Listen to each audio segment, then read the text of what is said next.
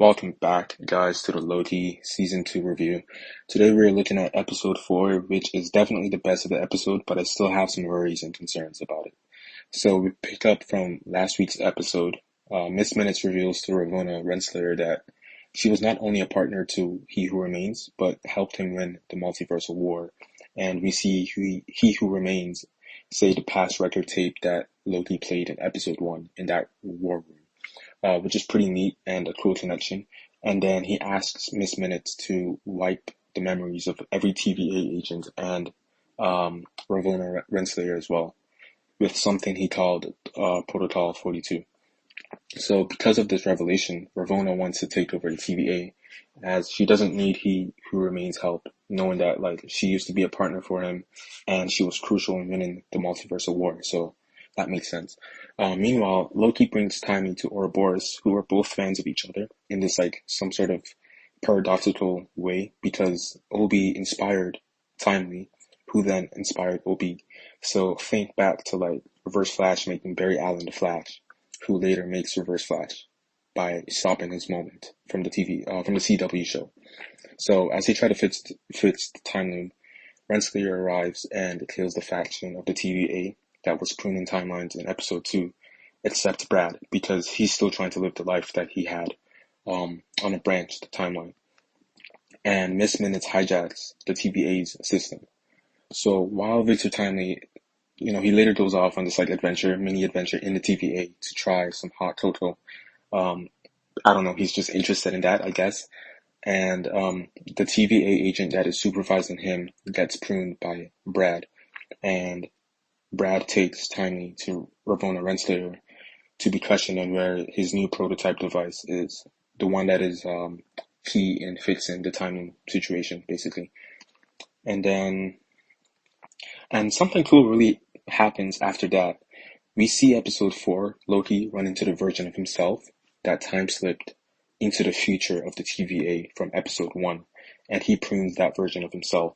So that was a nice follow-up and answer to the questions that many of us had in episode 1 about, who prunes that version of Loki. Was it another version of Sylvie or another character or whatever? So it was Loki all along, and it's also a new loop introduced now, because Loki needs to prune himself to set himself on the journey to being in the position that he was in episode 4. So yeah. In order to stop Miss Minutes, Obi resets the TVA system, which also disables the thing keeping Loki and Sylvie from using their powers and magical abilities. And Sylvie enchants Brad to prune Renslayer and Sylvie. To prune Renslayer, and Sylvie, Loki, and Timely go back to the time loop area so that they can stop it from exploding. Brad is just kind of lost and confused. He's still in the war room alone now because, according to him, everyone just vanished, basically.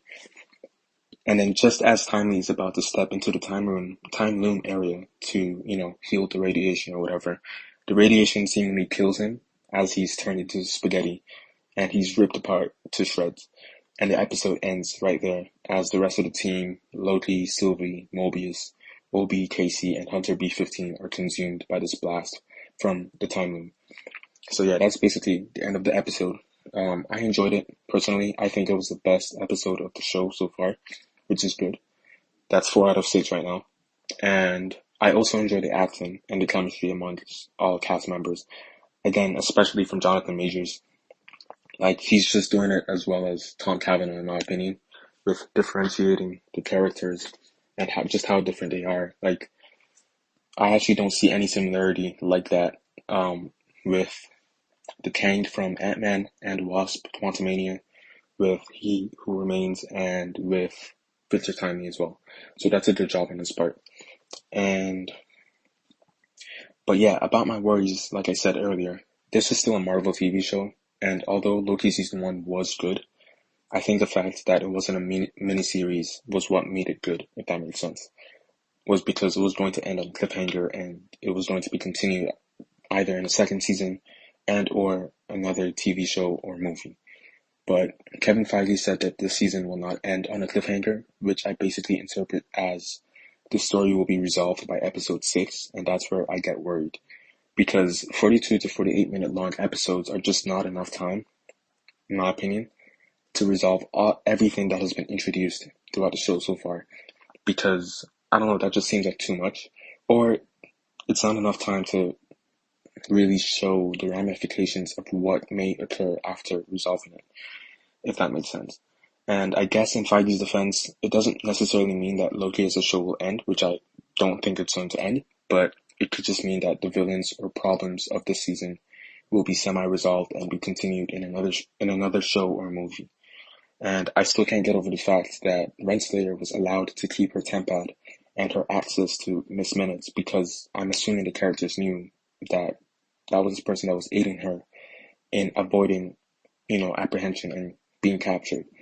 And basically none of this would have happened if they had first knocked her out, taken her tempad, and then let Sylvie send her wherever else that she wanted to be sent to.